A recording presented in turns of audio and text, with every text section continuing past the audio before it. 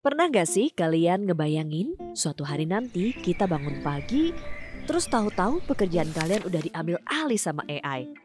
Atau mungkin kalian lagi ngobrol sama temen, ternyata temen kalian itu AI. Serem gak sih?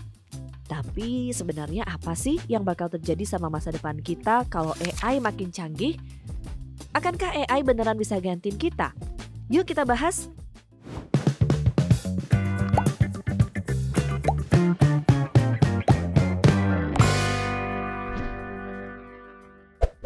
Jadi gini, AI atau Artificial Intelligence itu udah berkembang pesat banget belakangan ini. Dulu AI cuma bisa ngelakuin tugas-tugas sederhana kayak ngitung atau ngejawab pertanyaan dasar. Tapi sekarang AI sudah bisa nulis artikel, bikin desain grafis, sampai ngobrol kayak manusia beneran. Bahkan ada AI yang bisa ngeramal masa depan kalian berdasarkan data-data yang ada. Keren sih, tapi sekaligus bikin deg-degan ya. Nah, yang bikin kita was-was adalah kemampuan AI buat belajar sendiri. Ini namanya machine learning. Jadi AI bisa belajar dari data yang dikasih ke dia, terus makin lama makin pinter deh. Contohnya di pabrik-pabrik, AI udah bisa ngerjain tugas-tugas repetitif kayak ngepasang suku cadang mobil atau ngepak barang. Mereka nggak capek, gak butuh istirahat, dan yang pasti gak minta gaji. Jadi dari sisi perusahaan, pakai AI itu lebih efisien banget.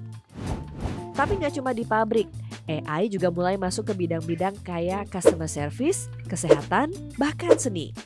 Ada AI yang bisa bikin lagu, lukisan, sampai nulis skenario film loh. Jadi pertanyaannya, apa masih ada ruang buat manusia kalau AI udah bisa ngelakuin semuanya? Nah, disinilah masalahnya. Kalau AI makin banyak dipakai, otomatis lapangan kerja buat manusia bisa berkurang.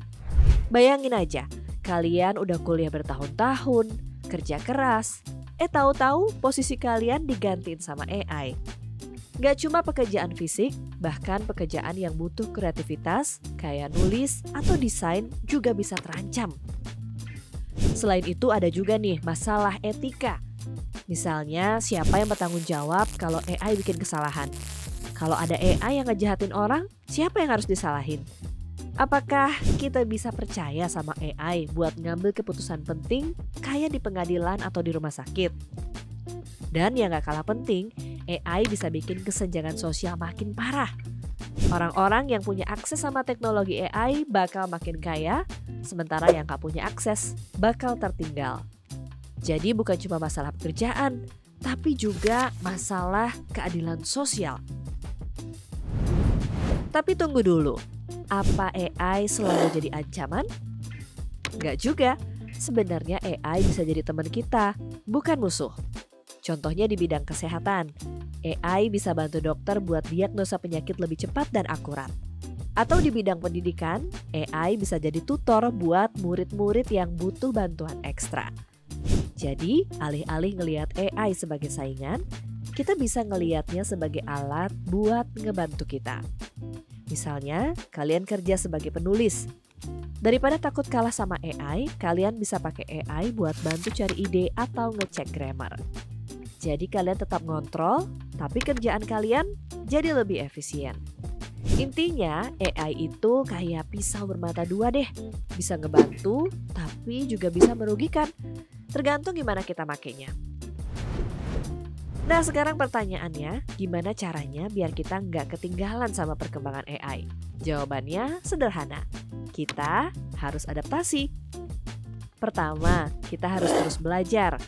Skill yang dulu mungkin udah cukup, sekarang udah nggak relevan lagi. Jadi kita harus upgrade diri kita. Misalnya kalian kerja di bidang marketing, kalian bisa belajar tentang digital marketing atau data analisis. Jadi kalian gak cuma ngandelin kreativitas, tapi juga kemampuan teknis. Kedua, kita harus ngembangin skill yang gak bisa digantiin sama AI. Contohnya, emotional intelligence atau kemampuan buat ngerti perasaan orang lain. AI mungkin bisa ngobrol kayak manusia, tapi mereka gak bisa ngerti perasaan kita beneran. Jadi pekerjaan yang butuh empati, kayak psikolog atau guru, masih aman buat sementara. Terakhir, kita harus siap buat berkolaborasi sama AI. Daripada ngelawan, mending kita belajar untuk kerja bareng. Misalnya kalian bisa pakai AI buat otomatisasi tugas-tugas yang repetitif, jadi kalian bisa fokus deh ke hal-hal yang lebih strategis. Jadi, apa AI bakal gantiin pekerjaan kita? Jawabannya tergantung. AI memang punya potensi buat ngambil alih banyak kerjaan. Tapi itu nggak berarti kita nggak punya harapan. Kuncinya adalah adaptasi dan kolaborasi. Kita harus terus belajar, ngembangin skill baru, dan siap buat kerja bareng sama AI. Yang pasti masa depan nggak sepenuhnya ditentukan sama teknologi, tapi sama kita sebagai manusia. Jadi daripada takut sama AI, mending kita siapin diri deh buat hadapin perubahan. Siapa tahu malah kita yang bisa ngebuat AI jadi sebuah alat untuk bantu dunia jadi lebih baik.